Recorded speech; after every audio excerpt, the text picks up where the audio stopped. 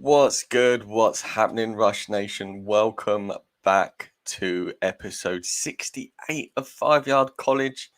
Ash is back. His mic is still muted. I'm giving him a heads up. I don't know if he knows. He's back, ladies and gentlemen. Missed him last week. And not only is he back, he's brought cake and beer to the party. Ash, the Dynasty Boys. Liam has a cocktail of the week every week and lets people know. What cake did your nan make for us on your triumphant return this week? She made just a classic sponge with a bit of jam and cream in the middle. It was delightful, I've got to say. Nice. Did it have cream on top, or was it just dusted with icing sugar? No, just dusted. Just a little bit of dust. Excellent. Is your nan a fan of the Bake Off? Does she watch the Bake Off? Yeah, I think so. Yeah, she's fan of bacon. I know that. I don't know if she actually watches the Bake Off or not. Yeah, big fan of the bacon though. We should get Ash's nan on Bake Off next year, Rush Nation. That should be hashtag get Ash's nan on Bake Off. We'll work on it. Ash, welcome back, mate. Again, last week you were I don't know, Tahiti or somewhere exotic once again, living your best life in 2021. How do you think Jordan and I did last week? Or you can be honest and say you didn't listen. It's fine. Yeah, I caught about half of it while I was. I caught about 20 minutes while you guys were live, and then I caught about just over half of it through the week, and yeah, it was good. I enjoyed Jordan being on because Pac-12 gets a little bit of love, and they ain't gonna get it when I'm on, so someone's got to.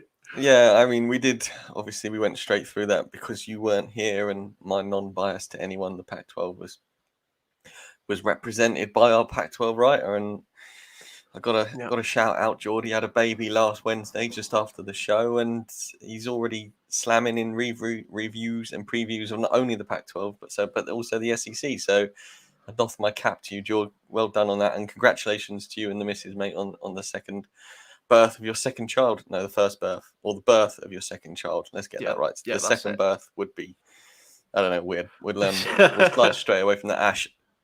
Week 6 in college football. Unbelievable stuff, mate. I mean, we talked earlier on in the day about what we should include in the show doc because there was so much went down. We promised you some showdown talk, Rush Nation. You're probably not going to get it because of how exciting and what there is to cover in week 6. And then I look at the show doc, Ash, I look at the news, and there is only one bit of news in this, which is bananas considering everything that went on this week. Yeah, there is just the one bit of news. It's all game related, to be honest, game and injury related. But there was one bit of non-game news. It was it came out after the game. But Wisconsin have dismissed running back Jalen Berger from the team. That came about Sunday. The Badgers coach Paul Christ announced the move after the victory over Illinois that Berger's was no longer involved with the program, but they haven't actually specified the reason for his dismissal. And this actually marks the third running back this season, that Wisconsin have released. So obviously Berger went on Sunday yesterday, and we mentioned it, I think it was maybe 4 or 5 weeks ago now, maybe a bit longer. But freshman Loyal Crawford was dismissed, and fellow freshman Anton Roberts, was suspended.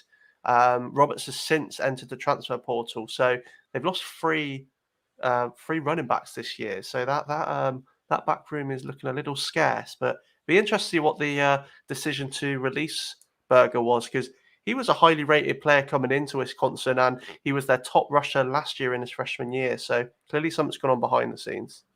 Yeah, absolutely. I mean, we always think of Wisconsin as one of those teams that win it on defense and running the ball behind a stout offensive line, and that just isn't happening this season at all. And now the release of a third running back, something is definitely awry in that room. And as you said, it is very, very scarce right now. I mean, I couldn't even tell you who their lead running back was right now off the top of my head. It's just, it's mad over there. It's absolutely mad. Listen, Ash, I know you're looking that up, and I know that you're keen to tell me the information there. And because there was only one bit of news, we're going to get straight into injury corner. And there is a fair amount of names on the list this week. some fairly big names, some names that injuries may have ramifications, whether or not they are season ending or not. But as always, before we get to Injury Corner, we want to save you from your own injury, and that is by using the Manscaped 4.0. So, Ash, do you like playing with balls? No, I'm not talking about footballs. I'm talking about your balls. Our friends at Manscaped, the global leaders in below-the-waist grooming, want you to shave your pubes with the Trevor Lawrence of ball trimmers. The brand new Lawnmower 4.0 is only the GOAT technology for the greatest college balls of all time. When you're going towards the end zone, make sure you use the right tools for the job and choose Manscaped. 2 million men worldwide trust them, so join the movement with our exclusive offer by using the code 5yard at manscaped.com for 20% off and free shipping. That's 20% off and free shipping with the code 5yard at manscaped.com. Take your ball defense to the promised land with Manscaped. Ash, Injury Corner. First one straight out the gate. D'Eriq King out for the season after Miami announced he will undergo shoulder surgery. The injury had already caused King to miss the last 2 games, and now his super senior year is over. What does this do for D'Eriq King's draft stock going forward? And just generally for Miami, I mean, the 2 guys who have stepped in so far have looked pretty good, but obviously D'Eriq King was touted as the next big thing. His Heisman race is over now because of this injury as well. Just all around nightmare for Miami. This. Yeah, it is. As you say, Van Dyke is the guy who stepped in place of him for Miami, and he's performing well. I think he is a redshirt freshman, so for him to be able to step in and play the way he has in that offense is been good. Obviously, it's a massive blow for King. As you said, this is his super senior year. He came back because of the ACL injury that he lost most of the year for. And he's had some really torrid injury luck in college. And this was a big year for him. Even before the season started, he was one of the top guys in school because obviously his experience and how he had performed up to this stage. And the expectation was big, obviously not only for him personally, but for Miami and then for his draft stock and his Heisman. He was in conversation for the Heisman. And the way some of the people around him have performed as well, he would have had an opportunity, and just like that, it's done. 3 games, and his college career is over now. He won't be coming back again. He already redshirted. I think he redshirted his final year at Houston, potentially because of injury again. And I'm not 100% sure if it was because of injury, but he missed a lot of time in Houston, and obviously decided to transfer to Miami. Lost a lot of the last 3 or 4 games of Miami last season, and now he's done again after only 3 games. So his draft stock is really up in the air now. I think you're potentially looking at him as a mid to late round quarterback now because just of that injury history. And it's a shame because the talent is there, and he's shown that in last year. He's shown it in his 3rd year, technically his 2nd year for Houston because he sat out he was a backup for most of his freshman year in Houston. So yeah, it's a real shame. He's a dynamic player, and all the best, obviously, for his recovery. And it'll be very interesting to see what happens to his draft stock now because it could go anyway. People could look at the potential and take a punt on him, but you got to remember 6 years he's been in college now with his redshirt freshman year and this super senior year. He's going to be an older guy going into the NFL draft, an older injury-prone quarterback that has missed a chunk of the last couple of years. It could really go anyway for him, unfortunately. Yeah, I mean, you mentioned the Heisman. This weekend was pretty brutal for many of the Heisman contenders. Do you want to talk some Heisman now, or do you want to do it after the Injury Corner? Let's get through the Injury Corner, and then we'll have a little Heisman watch conversation. Heisman watch. Excellent. I like that. So Michael Penix Jr. is out indefinitely with a shoulder injury after separating it in last week's loss to Penn State. He is listed week to week currently. He did have a bye week to get right, but faces a tough trip at Michigan State next week, who are absolutely humming right now. So not the easiest of games to come back against that Michigan State defense. No, not at all. And he's another guy. He's had a lot of injury problems, and in his final year, not what he would have wanted. Hopefully, he's not out for too long, but I'd say he's going to be missing a few weeks if it's a separated shoulder. If he has to have surgery, that could be another guy who's done for the year, but we'll have to wait and see. Yeah. Somebody who was hugely on our radar was LSU's Keishon Butte, who was carted off the field in the loss to Kentucky with an apparent ankle injury, which he suffered in a highlight reel catch coming down awkwardly. He is set to miss the remainder of the season following the injury. This is massive news for Keishon Butte and LSU, respectively. Yeah, definitely. He was having a fantastic season following on from his freshman year last year. He's all the reports saying he's done for the year. It came out a couple of hours ago. Obviously, the injury happened on Saturday, but it was reported a couple of hours ago that he's going to miss the remainder of the year, and that's a massive blow for an LSU team that were already struggling 3-3 on the year. Region is looking in trouble. This is a long way from that national championship team that we saw in 2019. I think I saw earlier that he's 8-8 since that national title. Surely it's only a matter of time before he's out the door if things don't drastically improve. But they just don't look good. And now that losing their top wide receiver, they're in a whole world of hurt at the moment.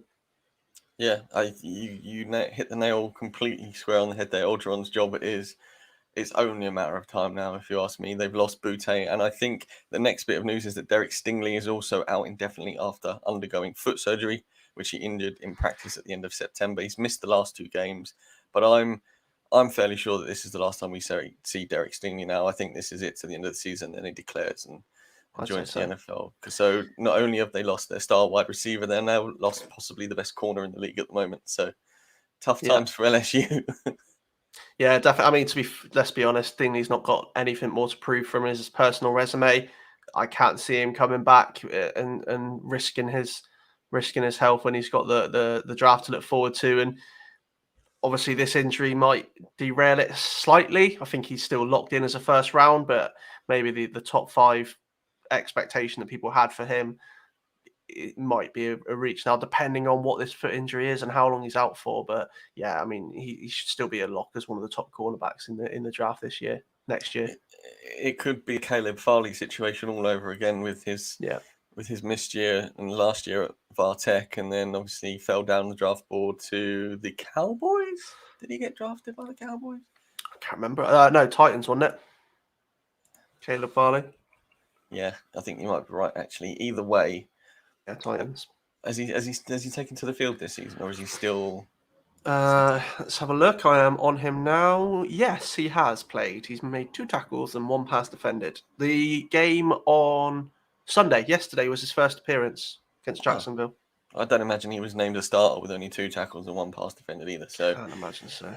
It could well be a Farley situation for Stingley, which isn't necessarily the worst thing in the world, because as we've seen, if you pick up an injury but tend to turn out okay, you fall on the draft in the first round, you tend to go to a decent first team rather than somebody who's got an early pick. So it could work out for Derek Stingley there. Texas A&M quarterback Haynes King is unlikely to return this year after fracturing his ankle in week 2 of the season. It was expected that King would be out till mid to late October. However, that is already looking unlikely. And with Zach Calzada doing what he did at the weekend, who knows? Although it was a tough one, because that week 1 game, where Haynes King exited, he hadn't exactly lit it up.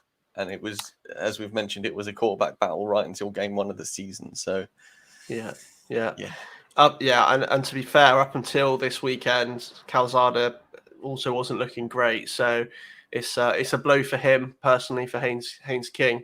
But as you say, it was a close battle, and he's done for the year. But he's a freshman. So he's got plenty of time to recover and come back if he can win the job back from Calzada. Because I think Calzada's a sophomore, so he's not going anywhere anytime soon. Just going to pull into speculation station here, Ash, and how about, this is why Zach Calzada played well this week, because he knew finally that King wasn't going to be challenging for his job again. I mean, it's not a bad shout, but I mean, you'd have thought if King was breathing, like if King was still there breathing down his neck, you'd have thought he would have probably put it on in the last couple of games. But I like it. I like the thought process. I'm not on board though. I'm getting off the train. everything I've heard to today and watched from the highlight reel, Texas A&M did a whole bunch of stuff that they hadn't done all season when playing Alabama this week, and just shell shocked them. But it's yeah. Imagine if that was true. That would be a catch and reel thing for me right there. Moving on, another quarterback, Penn State, Sean Clifford. He was injured in the second quarter of the loss to Iowa on Saturday. Did not return after he took a monster hit. We've seen with his arm in a wrap. The guy coming in, whose name I cannot remember. I thought I'll remember this name. It's the backup at Penn State. Taquan Robertson. Yes, I thought that name. I'll remember that because it's unusual. And there I am, blank as always on the podcast. But I mean, you've got the guy down at is it Kentucky? Willis? Did he leave Penn State to take on the starting role at Kentucky? Can't remember off the top of my head. I think he did. And yeah, that's one of those things that's proven this week is having a secondary quarterback is massively important. And now with name, image, and likeness, and the transfer portal being used mid-season, if you're not getting a starting gig and you want to go start, you just jump ship. And Will Levis is who you're on about. Sorry, yeah. I said Willis, didn't I? Yeah. Sorry, it's one and the same. Yeah, Will Levis. He is currently balling out at the undefeated Kentucky Wildcats, and Penn State. Are they now thinking, we should have tried harder but it's the player's prerogative to find somewhere to play, and we've seen it at Wisconsin, and we've seen it at Oklahoma this week. They knew what they wanted, and in calling for Rattler to be benched, and this week it turned out to be true. And do we see Spencer Rattler jump ship now? I mean, we're diving all over the place, and we haven't touched on Sean Clifford at all here, but it'd be interesting to see how long Clifford's out for, and we'll get into it in the results. But that massively affected Penn State in the game when he left. So yeah, tricky one. Oregon running back CJ Vidal is out for the rest of the season after the left leg injury he suffered in last week's loss to Stanford. That is a huge blow for Oregon and Jord.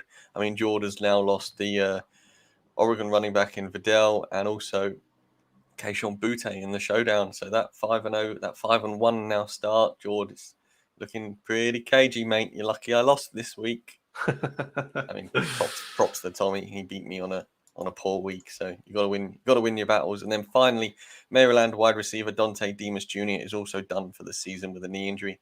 Demas will undergo surgery for the injury, but we are yet to hear if it was an ACL or not. So that's bad news for the Terrapins. Mm-hmm. Yeah, definitely. AP rankings time, Ash. I'll tell you what, before we get to the rankings, let's do a little bit of Heisman talk. Okay. We saw loads of people dive out of the rankings this week. De'Eric King, as mentioned. Several other people whose names have escaped me right now. But then you've got the likes of players, Ohio State's quarterback CJ Stroud, who's, if you want to go get him now, I don't know if this is true, but as of this morning, he was 15-1 to win the Heisman. And when you're looking around, is there another quarterback you fancy more than CJ Stroud right now? Bryce Young? I don't know. At the minute, Stroud is third favourite, so Bryce Young is still narrowly favourite in the overalls. Matt Corral is second, who is my current pick. I pick him over Young as the Heisman. Then you've got Stroud who's in third, and then Kenneth Walker, the running back from Michigan State, is actually fourth favourite at the moment. He's having a blistering season, and he racked up 200 plus yards again this weekend. So he jumped right up in the odds. And then, of course, you've got the freshman Trayvon Henderson from Ohio State, Bijan Robinson. A lot of running backs this year. It'd be nice to see another year without a quarterback. Obviously, we had Devonta Smith last year as the wide receiver. It'd be nice to get another running back as the Heisman. I think Derrick Henry was the last one to win it. So correct. Could we see another running back win the Heisman? But I'd say those three quarterbacks, as it stands at the moment, and you've got to include Ridder in that conversation as well. Actually, how can I forget him? those three quarterbacks are probably still the favourites and will remain the favourites for the rest of the year. What I find very interesting is Rattler and JT Daniels are still.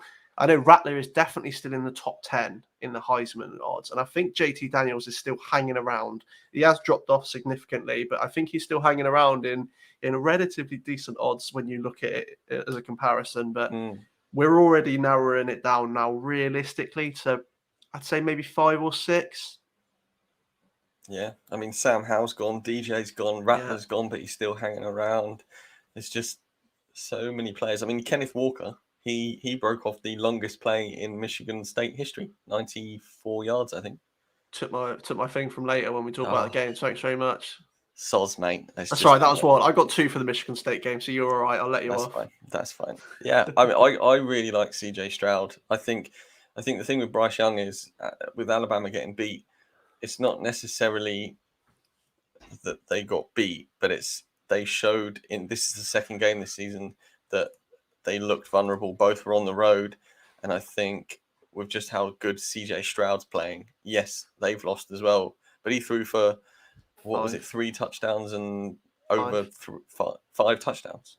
Yeah. No, I mean again in the Oregon game he threw. Sorry, yeah, 3. I thought you meant this weekend. Yeah, but it was nearly 500 yards I think in the Oregon game and 3 touchdowns. So that in itself's no shame. And then Matt Corral, yes, he's got to be up there, but Ole Miss lost to Bama last weekend or the weekend before now, and then Bama lose. So yeah, and so Ole Miss should have probably got closer against Bama when you consider what a Texas A&M team who up until this week looked bang average did to Bama. And yes, it was shell shock, but CJ Stroud for me, I don't know if he is still 15-1, but if you can't, it's dropped a bit now, but on Sky Bet you can't back Heisman winners anymore. They've taken the market away. So boring.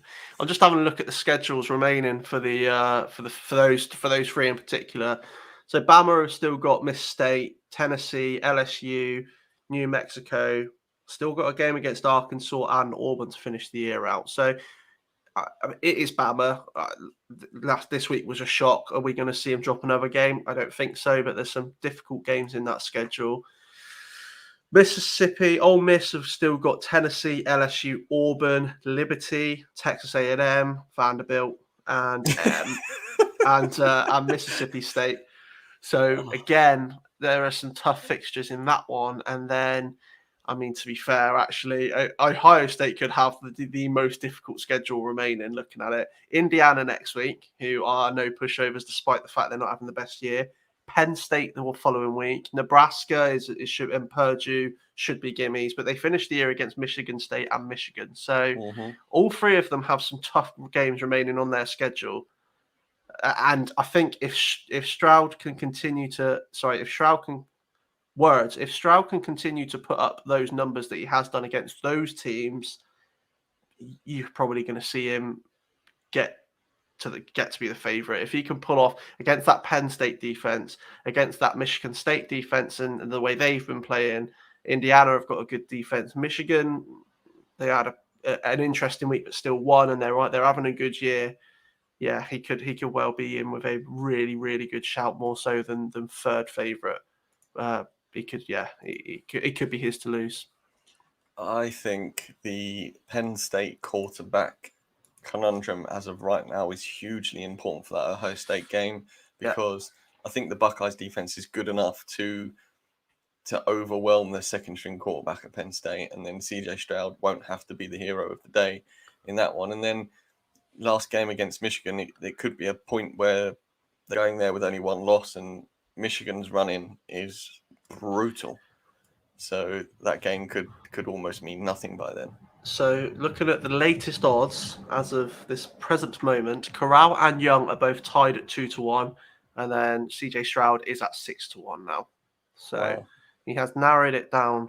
I'm not surprised Corral is now equal favourite with how he played this weekend and how Alabama lost. Bryce Young wasn't terrible in that game, but he wasn't exceptional. And then you've got Kenneth Walker, who's 4th favourite at 16-1, and Ridder tied with him at 16-1. So yeah, interesting. Should be a good Heisman year once again, as it always is, of course. I think it's going to be a good year for college football as a whole, Ash, the way it's started so far. I mean, Definitely what a year to, unpredictable. yeah, what a year to jump into the hot seat with your good self. The AP rankings, Ash, I've got the hang of this now. We start at 25, we do 5 each. Do you want to go first or second? I will go first. So at 25 is the Texas Longhorns, 24 San Diego State, 23 SMU, 22 NC State, and at 21 Texas A&M, who are back in the rankings after, of course, beating Bama that we mentioned earlier. So there's no real surprises for me in this one. I think Texas have hung on to their rankings after that game that we'll get into a bit more details later against Oklahoma. But I think, what are they, 4-2 now? Have they dropped 2 games? Yeah, because they lost to Texas They Tech lost. or They lost. Texas A&M. They lost Arkansas. Arkansas. They lost to Arkansas. I knew So I'd I get there. mean, yeah, you could probably still. There probably still should be in there. I'm just trying to see who is just on the outside. I mean, Auburn, Clemson, Baylor. Would you put any of those ahead of them? Who are closest to them?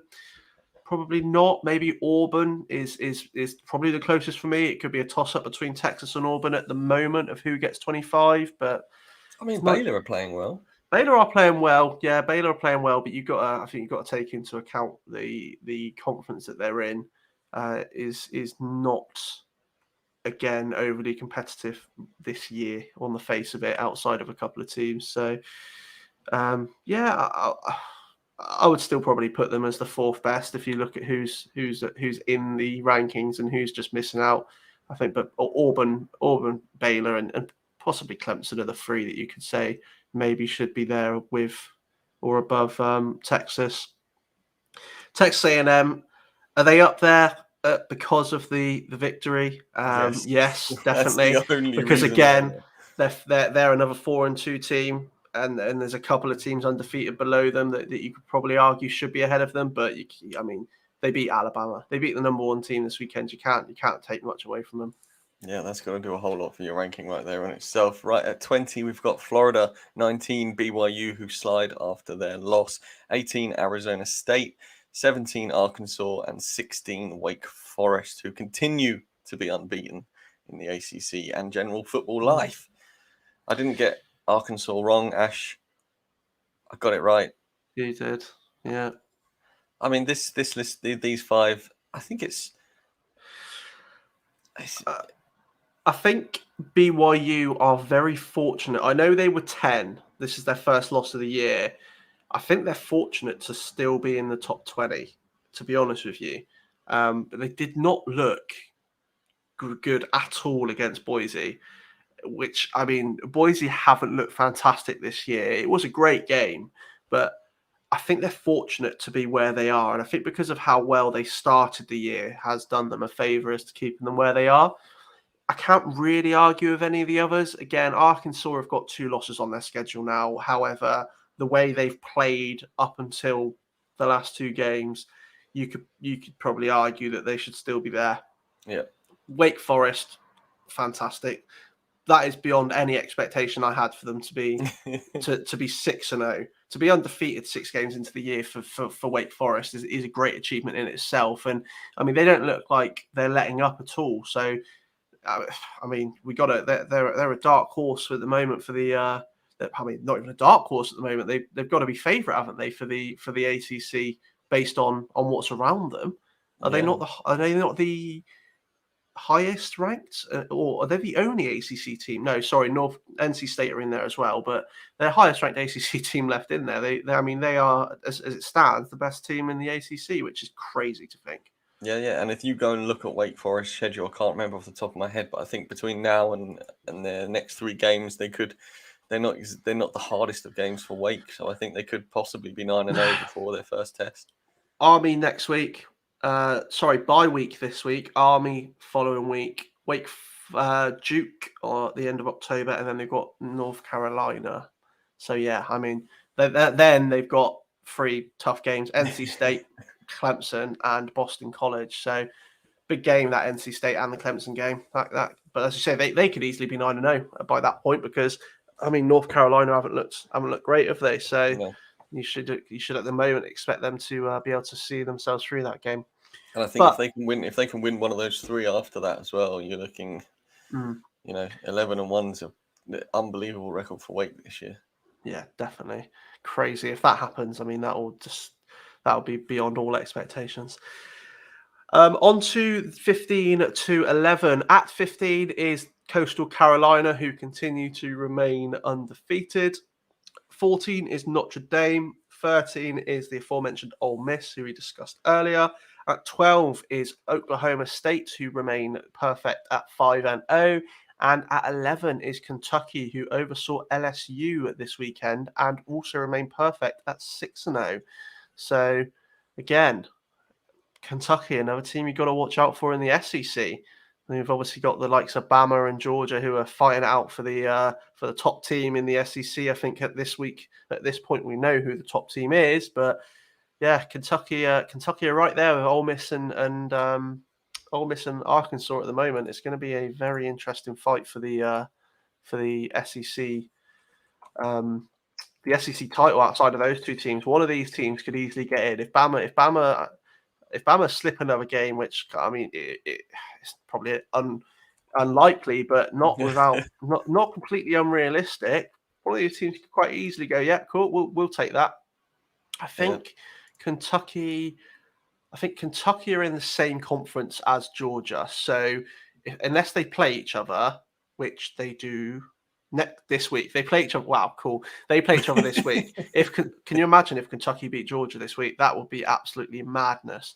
So, I mean, I can't see it, but we've got to give them some credit. They're 6-0 for a reason. So, and their last two wins have been Florida, and then this week they beat LSU. So yeah, exactly. They're beating teams. Yeah, I mean LSU aren't ranked right now, but Florida are 20th. But those are the big scalps for a Kentucky side, and then if they can run Georgia close, I mean, even if they run Georgia close next week, but other teams above them and around them lose as well, they could rise on performance alone from just that result. Yeah, definitely. They could easily rise if they have a good game. I mean, in the actual SEC title point of view, they would need to beat Georgia to be able to get to the title game because obviously they're in the same conference. But I mean, the SEC West is wide open with that Bama loss now. Bama obviously still remain top at 5-1, but Ole Miss are at 4-1, and then you've got a handful of teams who are at 4 wins and 2 losses. So yeah, SEC West in particular could be very interesting. So at 10 we got Michigan State, at 9 is Oregon, 8 is Michigan, 7 Penn State, and then at 6 the Buckeyes. Ash, any of these? So the Big Ten has got a representation here. Between 6 and 8 with Ohio State, Penn State, and Michigan. Yeah. Do you think that Michigan are below perhaps where they should be because they are undefeated? Michigan or Michigan State? Michigan. Or have Michigan lost? No, Michigan haven't lost, but they were poor this weekend. I'm surprised to see them above Michigan State. Are you? Okay. I would flip those two. I would probably still say at this moment they should both be top 10. You could probably argue Kentucky.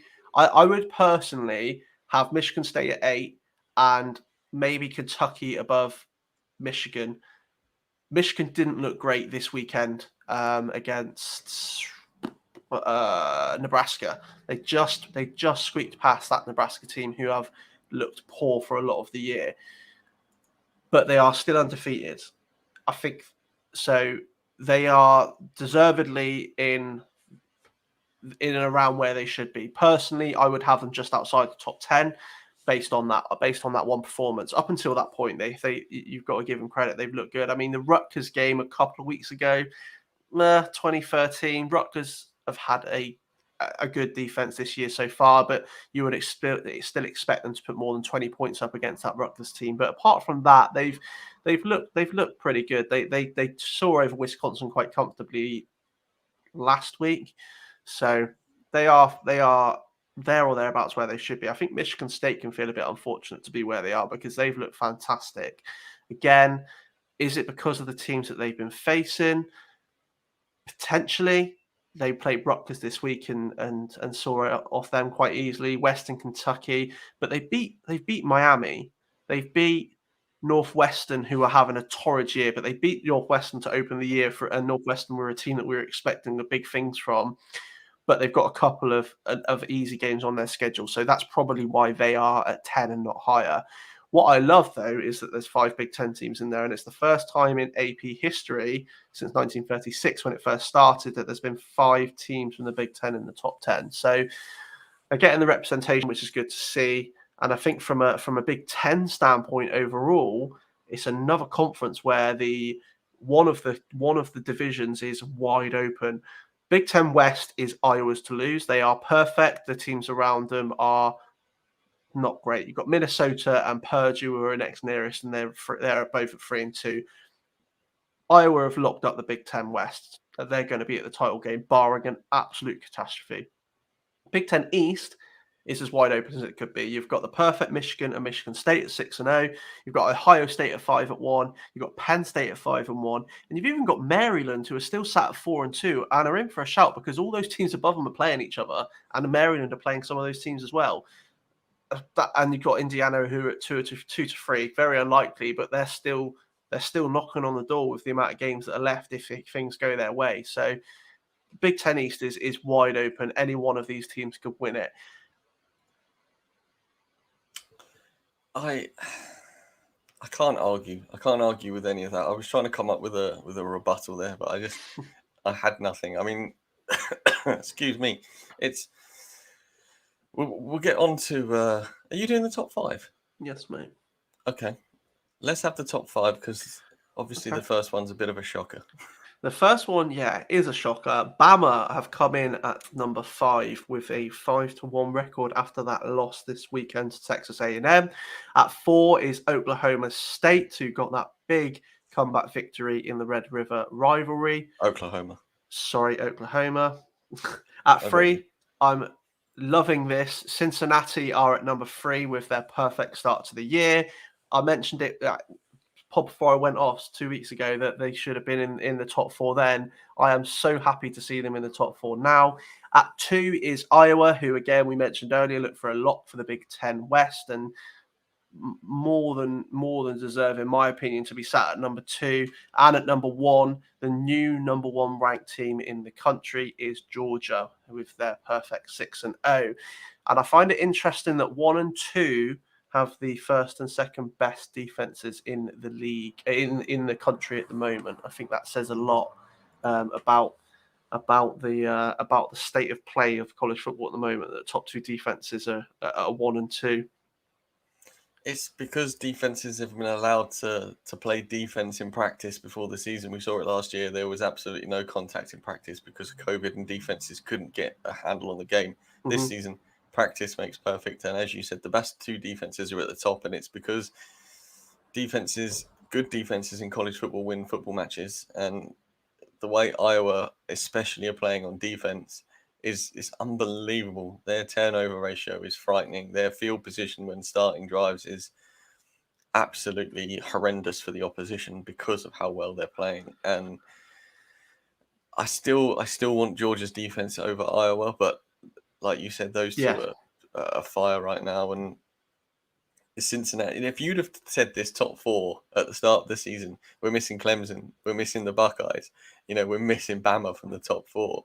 Only Georgia would have been the top 4. And of those teams I mentioned, there's no way you've got Georgia at 1. Absolutely no way you've got Georgia at 1. Ash, I'm going to steal a stat from you here. It is the first time since 2008 that Georgia have been the number 1 in the poll. It's also the 16th time overall at the number 1 position. And the first time they have been the unanimous number 1. Mm-hmm. That's bananas that it's the first time. Yeah, that's the craziest one for me, that they've never been the unanimous number 1, which basically means they've been ranked 1, but they've been tied with the team in second for the amount of votes that they received. That's crazy. A team like Georgia have never been the unanimous number 1. Yeah, right. They fully deserve to be there. They have been lights out every single week. Even when they take their foot off the gas, they still look like they could take on anybody. I wish we would. We're probably going to see it in the SEC title match, but I wish Georgia and Alabama were playing in the regular season. That would be incredible. We're probably going to see it in the SEC title game though, so hopefully we still get to see that this year. But Georgia have got an interesting couple of games. I fully expect them to come through both of them, but they face Kentucky this weekend, which is a massive game for that conference and that division. They then have Florida to close out October. And then the end of the year, it gets a little bit easier for them. They've got Missouri, Tennessee, Charleston, and Georgia Tech. So realistically, they get through these two games unscathed, they could well have a perfect record, and they probably should have a perfect record. I can imagine we're going to be looking back at this week and see it. Sorry, this in 6 weeks' time, seeing Georgia at the top with a 12-0 record. That would be very. I think if anybody's going to do it, it's going to be Kentucky next week. But we said that about Arkansas 2 weeks ago, and Georgia shut them out 37-0. So, yeah. I've learned my lesson very clearly there, Georgia. I apologise. Tom, go Dogs. Ash, you mentioned records. A number of records were broken this weekend. Yeah, and they all relate to Bama, who had a number of their streaks broken, and probably no Bama fan wants to hear any of these, but the loss to Texas A&M not only put them down to 5th and outside of the playoffs, but it's the first time in 100 wins that they won 100. They had 100 wins in a row against unranked oppositions before the loss to Texas A&M. They also lost their 19 straight victories, which the last time they lost was against Auburn in November 2019. And also Nick Saban lost his perfect record against his former assistants. He was 24-0 before the game against Texas A&M and Jimbo Fisher. His 25th game against an assistant, and he has finally lost one. It's just all of those absolutely bananas numbers. Crazy, aren't they? It's just mind-boggling how those numbers can get so big, especially when the amount of people in college football have been in the Saban coaching tree and stuff. It's just shows how dominant they've been for the last decade, though, hasn't it? I think he's been in charge since 2007. So, yeah, over a decade. I think it's 2007 he took over them. So, yeah, over a decade of dominance almost from them now. And have we seen the end of it? Probably not. I mean, yes, they slipped up. Yes, they slipped up against Texas A&M, but it was still a great game, and they were still putting points up on the board, and they still have some fantastic talent, not only starting but waiting to come out. They're still going to be in this conversation. I wouldn't be surprised to see them back in the top 4 by the end of the year, because Iowa, Cincinnati, and Oklahoma, one of those teams could easily drop a game. One of those teams lose their perfect record. Alabama are right back in the top 4 without a shadow of a doubt. No one's jumping over them if they don't lose another game and one of those teams lose above them. Yeah, and there's pressure looking down. That's yeah. Those teams above. Right, Ash, we've got a whole load of ball to talk about. Not a lot of time to do it in. Let's dive through some results. And do you think we should run through these real quick and then talk about the 4 games that we've highlighted just because they were so good? Yeah, I think so. That sounds good to me. Okay, start with the ACC as always. Georgia Tech beat Duke 31-27. Virginia won a close one against Louisville 34-33. Florida State got an upset win against North Carolina 35-25. Wake, as we mentioned, stay unbeaten in a 40-37 win over Syracuse. And my Virginia Tech Hokies lost a close one to Notre Dame 32-29 in a game they could have won. Yeah, I think Virginia can feel real unfortunate to be walking away from that game as the losers. It was a very close game, and another game that Notre Dame have taken it right up to the edge. I mean, I think if we look at their results this year, they won like most of their. I think they've won or lost almost all of their games by, I want to say, by a score. I think Purdue last week was by a couple. So, okay. They lost to Cincinnati. Yeah, no. So they lost by 3 points this week. They lost by 11 points last week to Cincinnati. They dominated Wisconsin. They won by 2 scores against Purdue. They only beat Toledo by 3 points, and they only beat Florida State by 3 points. So 3 of their 6 games this year, they've won by 3 points. That's crazy. Mm-hmm. considering how Notre Dame were last year, to see them, I wouldn't say struggle because they still won all those games. They've ground them out, but to see them not be as dominant as they were last year against these teams is so surprising. Yeah.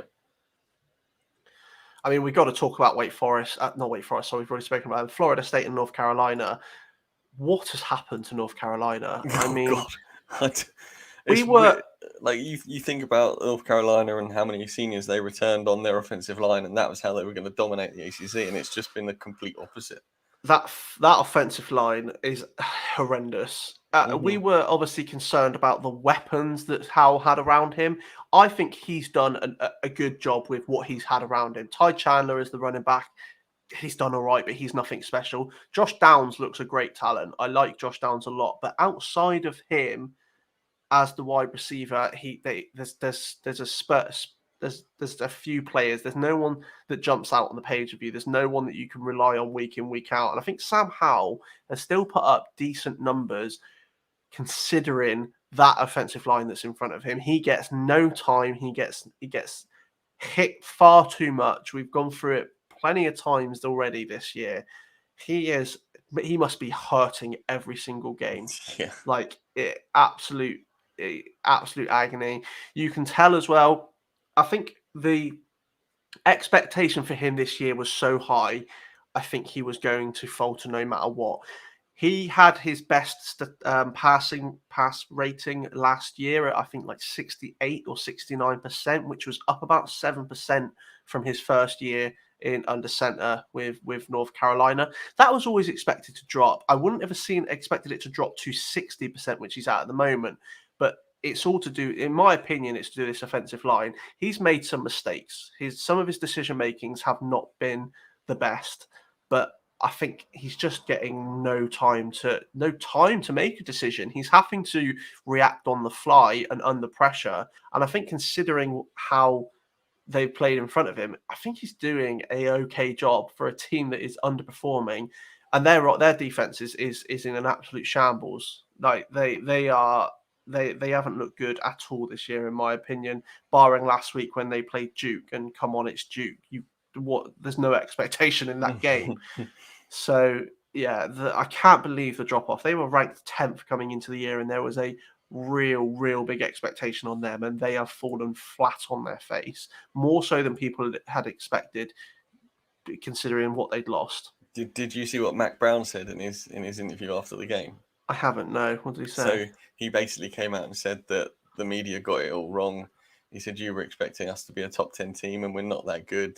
You know, it was all you that got that wrong, and basically said that the team, it didn't try and get behind the team by the sounds of it. He just said that we're not good enough and you guys are wrong. It's not us who's wrong. The media got it wrong. And it's like, I'm not sure, Mac. I'm not sure. If they'd have been perfect on the year and ranked 4 or 5 in playoff contention, he would have had the absolute opposite reaction, wouldn't he? He would go, "Oh, you only put us 10, and the way we played last year and what we had and what we've got now, blah blah blah." It's all coach talk. They're all going to do it. Come on, yeah. You're going to, aren't you? So yeah, I'm not surprised to hear him say that. Should we move on to the Big Ten? Let's do it. Starting off with Ohio State, they beat Maryland 66-17. CJ Stroud put up the 5 touchdowns that we mentioned earlier. Trayvon Henderson is looking, just so good in his freshman year. His true freshman, and you can see why he was the ranked number 1 running back coming in from high school, and it just gets better and better every week. Master T's getting the scraps at the end of the game. I think he had 4 touches this week, and that's with Mayan Williams out hurt. Once Mayan Williams is back in, Master T's a non-factor. I think you'll probably see Henderson maybe drop a few touches. I think Mayan Williams will come back in and get a little bit of work. But this is Henderson's back room now. He owns this back room, barring an injury, I'd say. That's the only way he's going to lose this back room. Michigan State, who we mentioned earlier, beat Rutgers 31-13. Wisconsin held Illinois to a shutout, beating them 24-0. Iowa State beat Penn State 23-20. That was the third and fourth ranked teams of last week up against each other. And Michigan, who we mentioned earlier, narrowly beat out Nebraska 32-29. Now, one of these games is in our game of the week, so we won't get into that one yet. We've briefly discussed Michigan and Michigan State and Ohio State. So is there anything else you want to talk about in the Big Ten? Because I could talk about Ohio State all night, and you know that. But I don't want to. But all I'll say is, yeah, what we said, CJ Stroud, unbelievable. Yeah, Got the two best wide receivers in the league, and you know my love for Trayvon Henderson. So I think it's just right now though. I think that if they'd have beaten Oregon in that loss, then we'd have been talking. I think Ohio State would be one now ahead of Georgia just because of the numbers they've put up. yeah, I would say so as well. But not only because of the numbers they've put up, but I think the fact that where they were ranked to start the year, unless a team loses like Bama have and like Ohio did early on, you won't see them drop below a team that was ranked below them if they're both undefeated. It rarely happens. So yeah, you're right. They're going to be kicking themselves even more for that Oregon game, but they were so poor on defense. And I'll be honest with you, their defense still doesn't look great. I watched the Maryland game, and there's still times where they're so that they're just some of the. I wouldn't say they seem lost, but they're just they lose coverages. There's far too many gaps in the backfield. Secondary is our problem. Secondary was our problem last year, and it seems to be the same again this year. I do worry if we make it to the playoffs, are we going to have a one and done game? Probably, if we're not careful. But at the moment, that is all defenses in the top, and then Desmond Ridder. So maybe not. We'll have to wait and see. I mean, the only other thing for those 5 games is Wisconsin holding Illinois to scoreless when. Yeah. Although, then you look at some of the metrics, Wisconsin are top 5, top 3 in quite a lot of the defensive metrics across the board this year. So that's no surprise. But how badly they've been playing recent to hold Illinois. I mean, Illinois aren't a firepower team, but still held them to under 100 yards, which to do that to any college team is no mean feat. And Graham Mertz didn't look good on the day, but he's still hurt. We weren't sure if we were going to see him in the game at all anyway, and you could tell watching him that he was playing hurt. What I will say, though, is we mentioned about Jalen Berger and the other lads who have been released from the program. I just looked at the Wisconsin running stats. They still had 2 guys who put up over 100 yards rushing each. They had what's his name? They had Braylon Allen, who put up 131 yards and a touchdown, and Ches Malusi, who put up 145 yards and a touchdown. So good job that Mertz. Well, I wouldn't say good job, but Mertz had a little rest basically in this game. Let's just give it to the running backs. Let them run the ball. Mertz can throw it every so often, and we'll give him a rest, but we'll still play him. So that seems to be what happened in that game. Yeah, there's only 3 games to talk of in the Big 12 this week. We'll get to one of them in a little bit. That is the Oklahoma-Texas game. West Virginia got hammered 45-20 by Baylor. The West Virginia team, after a good game in the week 1, then they got a couple of wins. West Virginia have lost 3 on the bounce now, I think, in all sorts of bother. So not a good start for the Mountaineers there. TCU beat Texas Tech 52-31 in the 3rd game in the Big 12, and that's a big win for the Horned Frogs. Yeah, definitely. Yeah, I think TCU are another team that I had a bit more of expectation for coming into the year, and they've sort of left a little bit to be desired. I think they're 3-2 on the year. They've had some close run games, but they just seem to have been missing something, and they turned it on this week against Texas Tech, and it was good to see. I think the two games they lost this year. Obviously, last week they lost to Texas in that 32-27 game. That was a great game to watch. And then the week before is probably the one for them that they'd be a bit disappointed in, the loss to SMU. But again, SMU ranked, unbeaten. That's 2 tough losses. That's 2 tough games to come through. They've got Oklahoma this week. That's a massive game for them. I can't see them winning it. But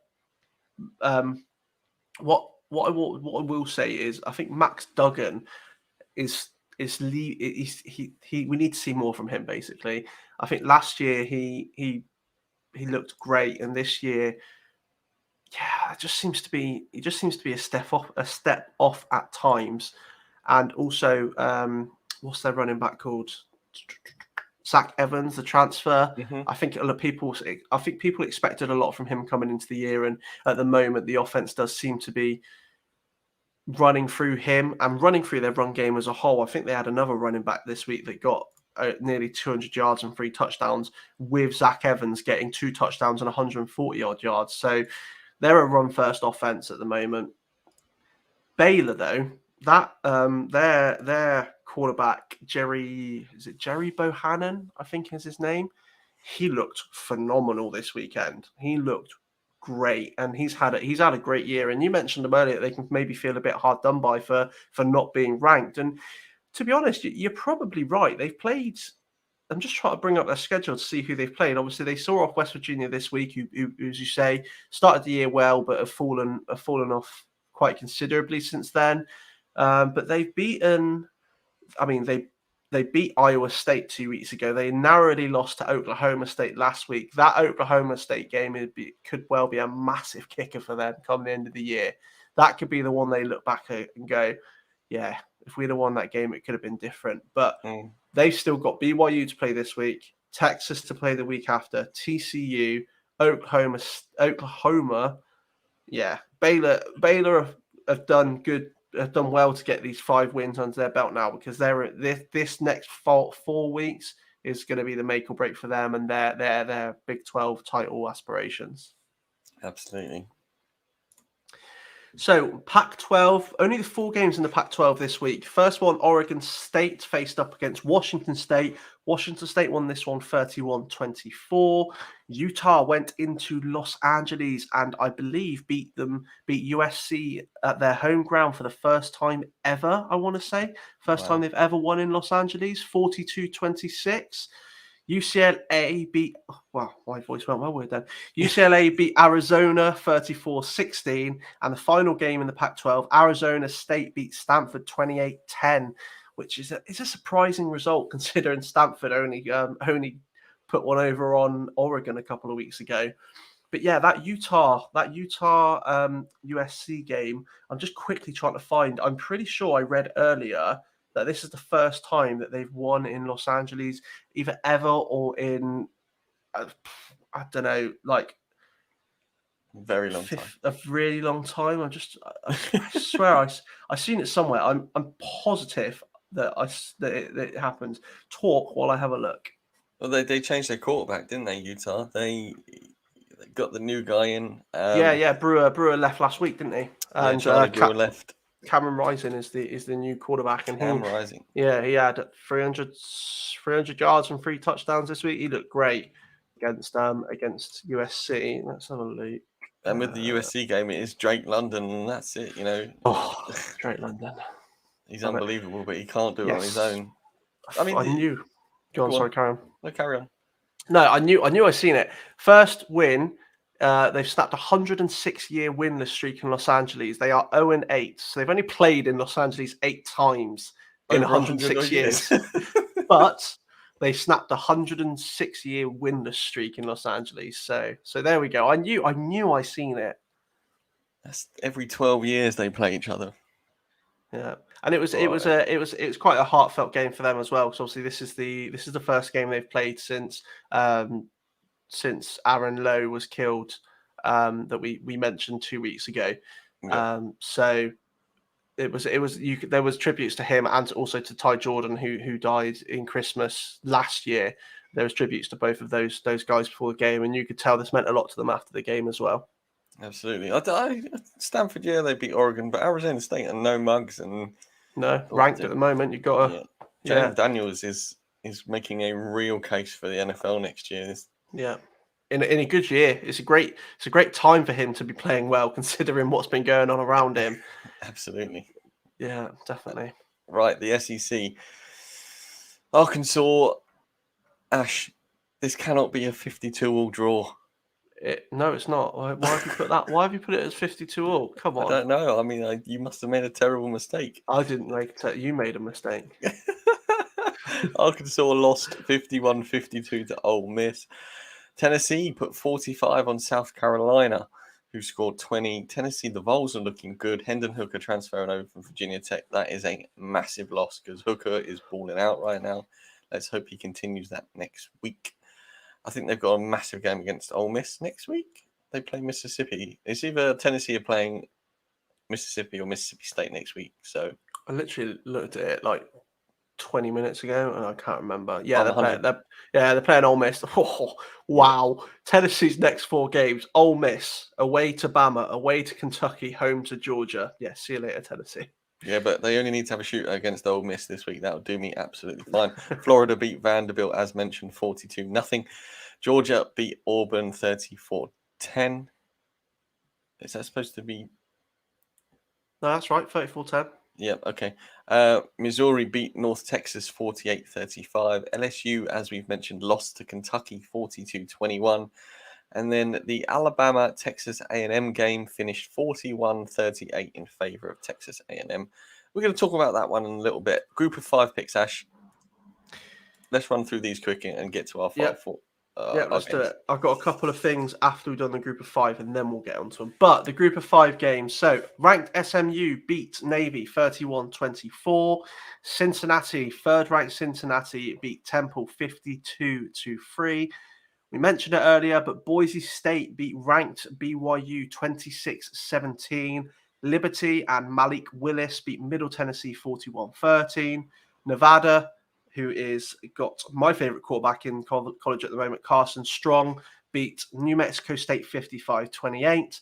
San Diego State beat New Mexico 31-7. And ranked Coastal Carolina beat Arkansas State 52-20. Now, I don't have any... Ash, you just, by saying Arkansas, you've reminded me. I looked it up, why it's written Arkansas. Yeah. And it said Arkansas.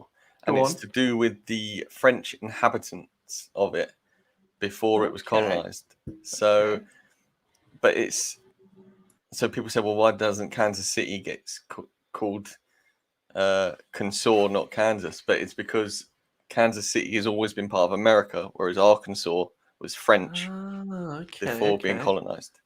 Love it. I love when we bring facts onto the podcast, and I love it even more when they aren't football related. There you go. Nice. So before we move on to our focus games, I have a few stats that I wrote down, and as we were going through the results, I completely forgot to talk about them. So I'll do the SEC one first because we've only just spoke about them. But Georgia, they have only allowed 2 touchdowns. Their defense has only allowed 2 touchdowns so far this year.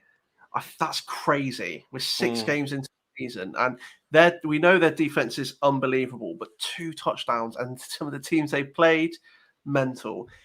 My question to you is, does JT Daniels get his job back from Stetson Bennett? Oh, 100%.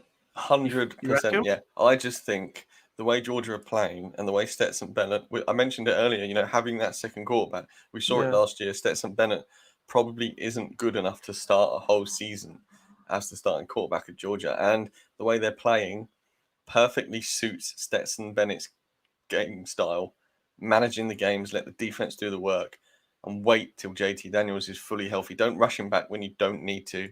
Georgia don't need him back right now. And it wouldn't surprise me to see him come back this week. And as we mentioned before, absolutely blow the doors off Kentucky in a game that isn't a contest. So, yeah, I think he gets it back. I just think Kirby Smart's doing it bob on. Yeah. Stetson Bennett was phenomenal this weekend, but I'd have to agree with you. Yeah, I think the game management from the coaches and from what they've asked of Bennett has been fantastic, and he's done exactly what he needs to do, which is great. Michigan State. You mentioned earlier about Walker scoring the longest touchdown in Spartans history with that 94-yard run, but they also became only the fifth team in FBS history with 300-yard passer, 200-yard rusher, and 200-yard receiver in a single game. Quarterback Peyton Horn threw for 340 yards. Kenneth Walker, who we mentioned earlier, rushed for 232 yards and a touchdown. And Jalen Naylor, who is looking phenomenal at the moment at wide receiver, went for 221 receiving yards and 3 touchdowns. I mean, Michigan State's offense are looking incredible. I'm worried for Ohio State's defense if Michigan State keep generally Peyton Thorne, Kenneth Walker, and Jalen Naylor in particular have looked incredible this season.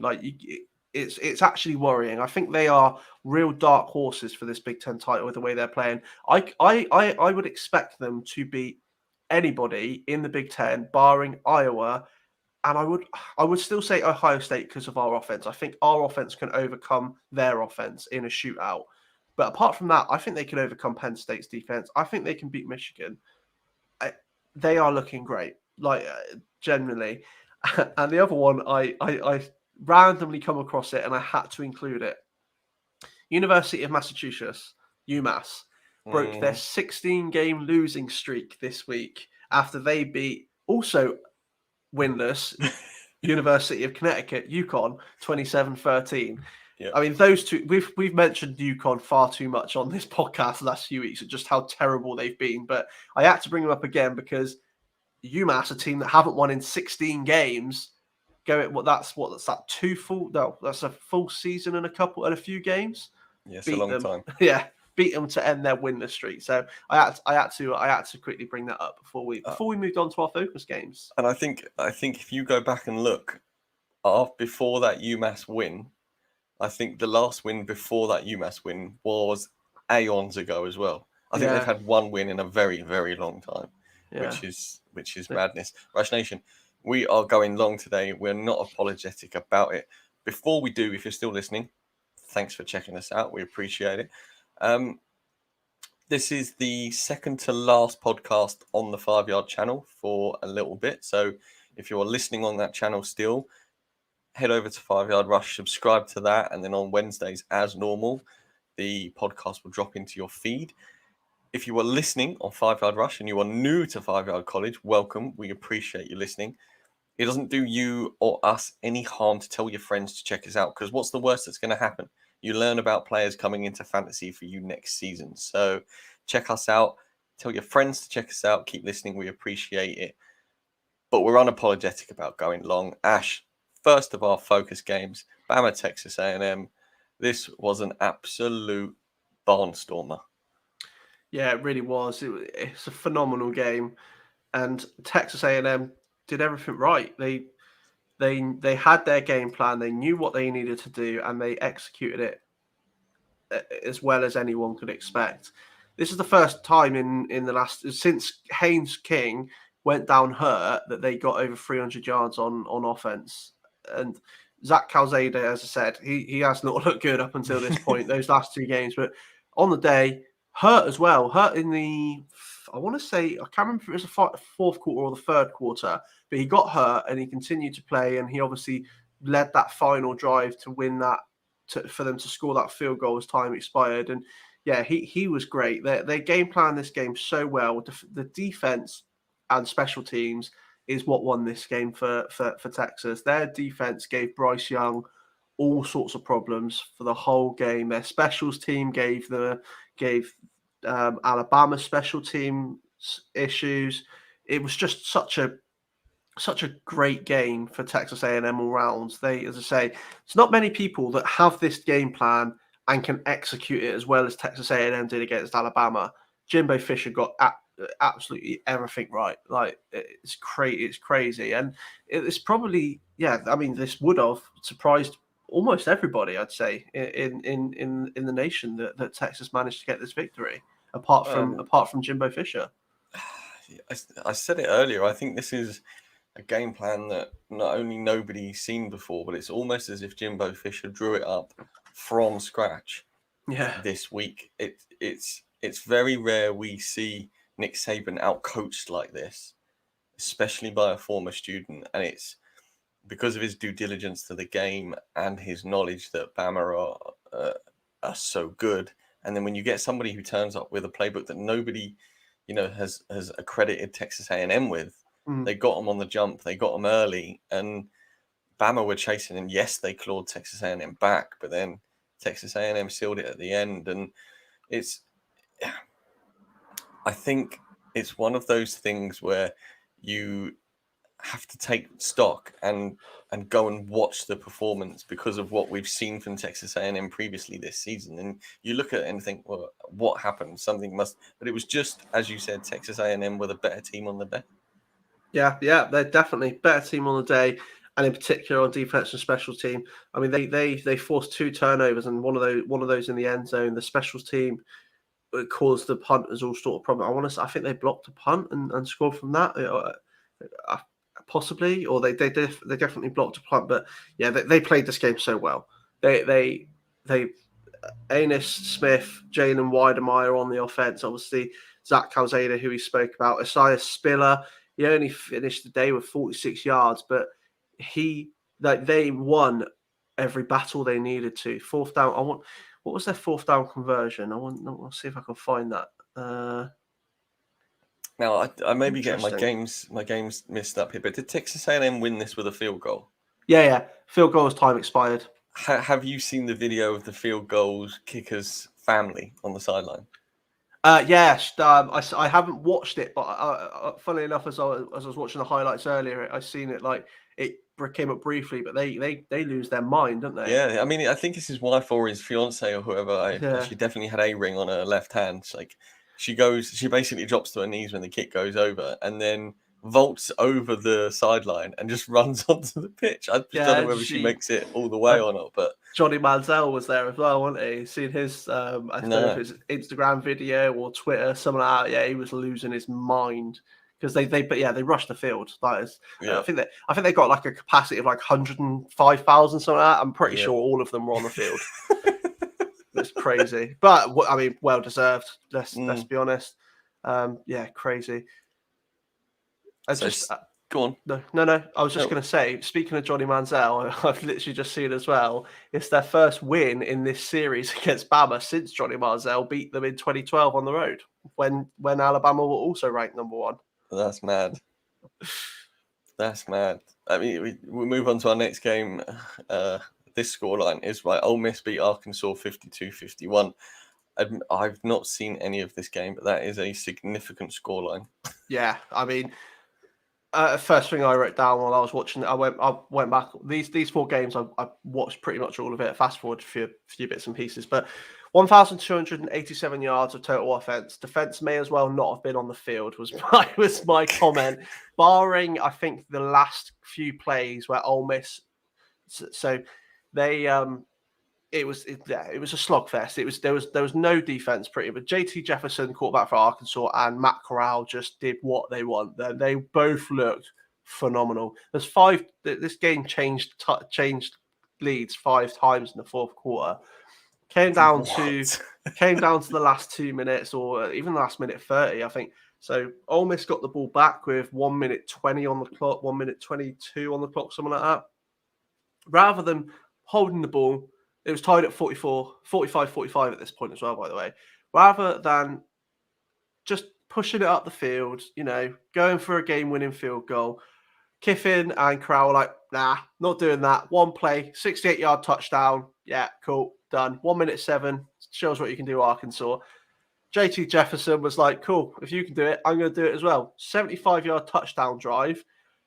Scored as time expired. Great play, by the way. Literally as the buzzer went, they scored this touchdown.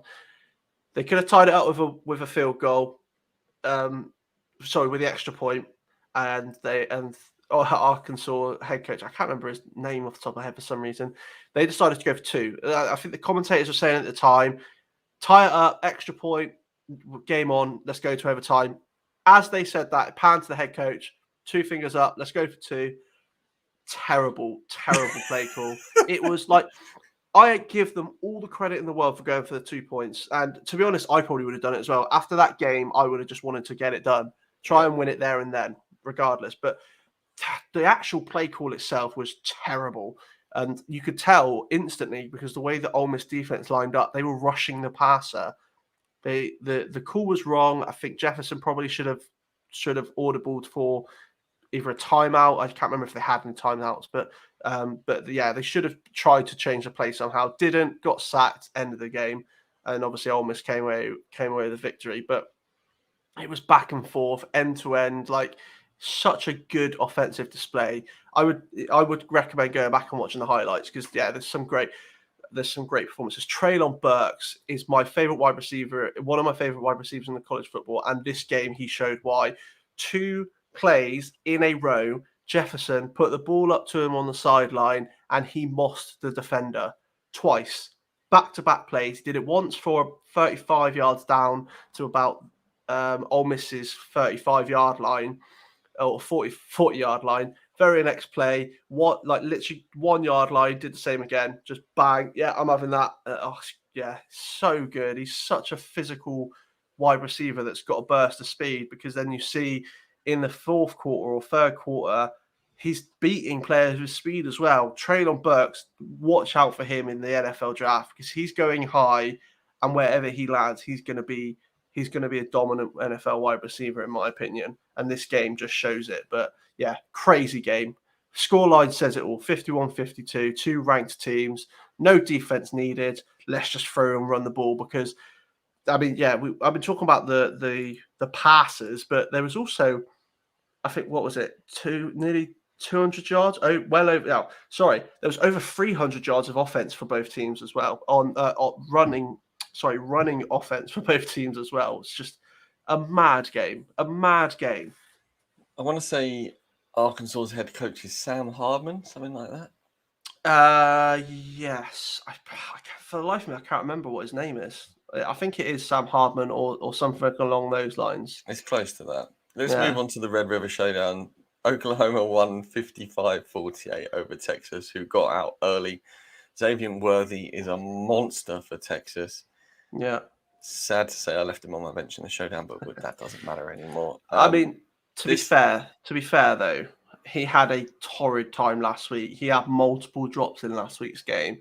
So, but he bounced back in the biggest way. If you saw last week's game, I would have understood that you benched him because he was terrible last week. But yeah, he definitely made up for it this week. Yeah, he definitely did. This I actually saw some of this Saturday night. I had it on before I went to bed. Man alive, Mims is one hell of a wide receiver. Yeah, he really is. That boy's ball locating and positioning on the jump is special. I think his 3rd and 19 pass from Williams into the end zone for that touchdown is just a thing of beauty, falling inside the pylon with your foot just inside play. Unbelievable. Yeah, I mean, this has been spoken about as game of the season contender already, game of the year. I mean, if you go back and watch it, you could quite clearly see why. Mm-hmm. Largest comeback in Red River history. Oklahoma were 21 points down at I can't remember exactly when it was, but yeah, 21-point deficit. It's the largest deficit to be overcome in the Red River Showdown. Obviously, Spencer Rattler, the number 1 quarterback for 2022, as people thought at the start of the year. He was benched at the end of the first quarter, first half, I think it was. Can't remember. Yeah, first half of first quarter. Caleb Williams come in and Caleb Williams came in for a play before Rattler was benched and went for like 30-odd yards or 40-odd yards, something like that. Riley had seen enough, went, go on, Rattler, on the bench, same as last year. You can't do it in the Red River game. Get on the bench. I think he might have had the same mindset because last year he benched him. He came back and he scored like 3 touchdowns to win them the game in last year's Red River. Not quite the same this year. Caleb Williams wouldn't let him get back on the field. This was Caleb Williams until the end. But didn't Rattler come back and throw a... Yeah, just about to say that. Until the last drive, Rattler came back for last 2 or 3 plays, threw a pass, and then it looked like they were lining up just to go for the field goal to tie the game. And then Kennedy Brooks somehow... For whatever reason, Texas defense were not ready. Kennedy Brooks just went, big hole there. I'm going for 33 yards. Give me the ball. Touchdown. We're winning. See you later. Yeah.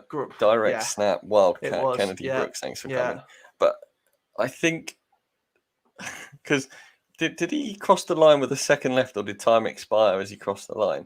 No, there was 3 seconds left. When he crossed the line, there was a second left. But when the kick when Oklahoma kicked the kickoff, which they squibbed it, there was 3 seconds left on the clock. So it's pretty much the end of the last second. Gotcha. But yeah, I mean, what a fight back by Oklahoma. What a game. Texas were 28-7 up in the first quarter. They were 14-0 up inside the first 2 minutes. They were up by 18 at half time. They were up by 21 at one point. And then, yeah, I mean, Oklahoma won this game. And I think at half time, some people probably would have turned off. A lot of Oklahoma fans thought, you know what, I can't watch Texas do us like this. I'm turning it off. Look at Twitter, go, what the hell is going on? Get it back on. And yeah, and then you mentioned him earlier on the other side of the ball, Xavier Worthy. Wow, what did he finish on? Like 260 yards and a pair of touchdowns. Yeah, that kid is phenomenal for a freshman, true freshman as well. We spoke about Trayvon Henderson at Ohio State. Xavier Worthy is the wide receiver equivalent of him as a true freshman this year. And he had a monster pass reeled in, and it was heading towards the end zone, and the ball got stripped as well. He had a massive strip fumble. I mean, that was unfortunately one of the down points of his game, and obviously turns out Texas's game. Yeah, he was maybe 3 yards away from the end zone, but it was a big strip. It wasn't as if it was nothing. Like, you can't take it. I mean, yes, he got stripped, but I mean I don't know. I can't remember which defender it was, but yeah, he got to him and he came behind him and stripped that ball out from him. So all the credit goes to the defender there. But I think maybe a more experienced wide receiver would have maybe turned his head. I think Xavier Worthy was like, I'm gone, no one's catching me, that's it. Yeah. And yeah, then unfortunately he got taken down. But apart from that, yeah, he was phenomenal on the day. And as I mentioned earlier, he was really poor last week, which you can expect from a true freshman. This is his first year in the game. But to have a game like this after last week is going to do wonders for him. And then, yeah, I mean, I'm really excited to see what we're going to see from him if he can continue this way. Absolutely. And then last one, Ash, a lower scoring affair. Iowa beat Penn State 23-20. They did indeed, yes. And this one was about the defenses, and we all expected it to be about the defenses. This was as I said earlier, Iowa, arguably the second best defense in the country at the moment, and Penn State, a top defense as well this year. And both of them dominated for this game. We mentioned earlier that Sean Clifford went down hurt, and that changed the game for Penn State. Yes, he threw 2 interceptions, and Iowa State forced the ball away from him twice. But when Clifford went, Robertson come in, and unfortunately their offense just stagnated completely. They were up 17. What were they up by when he went? They were up 17-3 at one point, and then 17-10 before Clifford went down and didn't come back. Robertson come in, and unfortunately Iowa just caused him all sorts of problems. And then Petrus on the other side of the ball was able to get enough to see them over the line. They relied on their defense. They can rely on this. Iowa can rely on this defense. They're that good. But yeah, Iowa turned the ball over 4 times, and this was a closely fought game as the scoreline entails. But I think the worthy winners here were definitely Iowa, and I'm worried for any offense that goes up against these guys. I think they can do what they did to Penn State today quite easily. I've got one question on them for you, and I've also got my answer. Are they a lock for the playoffs now? I know they're sat at number 2 at the moment and undefeated, but in your opinion, are they a lock for the playoffs? I don't know. You'd like to think so on the state of their defense right now, but I don't know they're running. But if Bama don't lose, if Ohio State keep going, if Iowa lose, you're talking about the number 4 spot because of pollings before, I think. Mm-hmm. So, I mean, I just think if they lose, if Iowa lose 1 or 2, and then you get Cincinnati, who maybe lose 1, if not lose 2. Yeah, so it's so difficult to. For me, I'd have Cincy over Iowa if it continues the way it is, and if if Iowa lose one, yeah, I'd like them to be in the year of madness that we're currently in. I'd love it to be the fact that Iowa are in the top 4 and make the playoffs. But what are we, 2 weeks out now from the playoff rankings starting to happen? Something like that, end of October-ish. So for me personally, I almost want to say that they are, because I mentioned it earlier.